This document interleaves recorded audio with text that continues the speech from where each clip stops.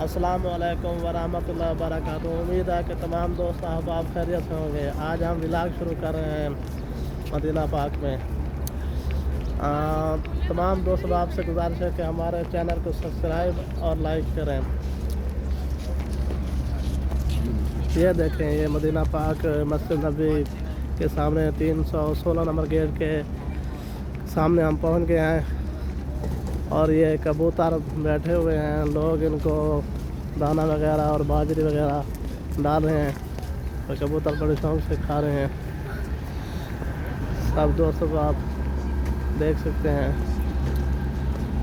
और ये सामने मदीना पाक का हरम नज़र आ रहा है और खूबसूरत छतरियाँ भी नज़र आ रही हैं।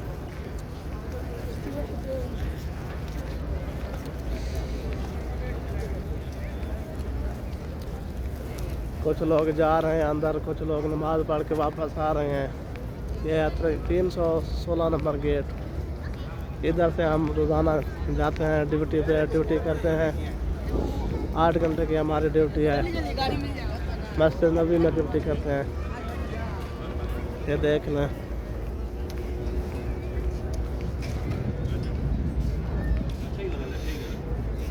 ये लेडीज़ बैठी हुई हैं।